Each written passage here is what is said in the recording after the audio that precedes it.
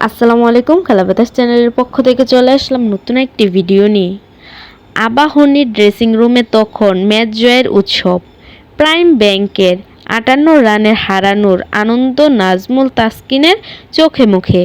Prime ব্যাংকের অধিনায়ক তামিম ইকবাল ঠিক তখনই এলেন আবাহনীর ড্রেসিং রুমে। মিরপুর শেরেবাংলা স্টেডিয়ামের ভিউইং এরিয়ার আবাহনীর অধিনায়ক নাজমুল হাসানের সঙ্গে বসেন। তো দর্শক, ভিডিওটি শুরু করার আগে ভিডিওতে লাইক দিয়ে না টেনে সম্পূর্ণ ভিডিওটি দেখুন। আর আপনি যদি আমাদের চ্যানেলে নতুন হয়ে থাকেন তাহলে চ্যানেলটিকে সাবস্ক্রাইব করে বেল বাটনে ক্লিক করতে ভুলবেন না।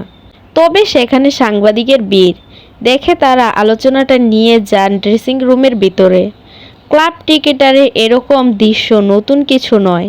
তবে আবাহনীর অধিনায়ক নাজমুল হাসান আবার বাংলাদেশের জাতীয় দলীয় অধিনায়ক।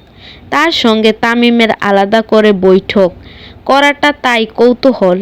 নাজমুল অবশ্য তামিমের সঙ্গে আলোচনা নিয়ে কিছু বলতে চান না। সাংবাদিকের প্রশ্ন এড়িয়ে যান কৌশলে, এটা আমার আর তামিম ভাইয়ের মধ্যেই থাক।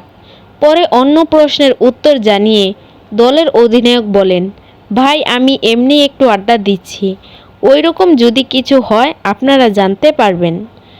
এই প্রশ্নের জবাবে নাজমুল অবশ্যই বলেছেন তামিম ভাইয়ের মতো অভিজ্ঞ ক্রিকেটার দলে থাকাটা তরুণ ক্রিকেটারদের জন্য বাড়তি সুবিধা।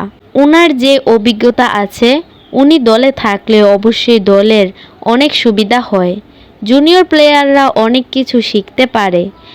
এই মুহূর্তে এটা নিয়ে আসলে লম্বা চিন্তা করা মুশকিল। যখন এটা নিয়ে আলোচনা হবে তখন আপনারা জানতে পারবেন। বিপিএলের পর ঢাকা লিগেও তামিম ইকবাল দারুণ ছন্দে আছেন। তার ব্যাটিং কেমন দেখলেন নাজমুল? এমন প্রশ্নে তিনি বলেন, আমার খেলাটা তো গুরুত্বপূর্ণ নয়, এটা নির্বাচকরা দেখবেন। আমি খেলোয়াড় হিসেবে ছোটবেলা থেকেই ওনার খেলা দেখে এসেছি। যেখানেই উনি ব্যাটিং করেছে উপভোগ করেছি। দুর্ভাগ্য যে ওই দিন রান করতে পারেননি, কিন্তু সব মিলিয়ে বিপিএল ভালো খেলেছেন। বিপিএলে ভালো ব্যাটিং করেছেন। প্রতিটি ইনিংসই উপভোগ করেছি, শুধু তামিম ইকবালের সঙ্গেই নয়।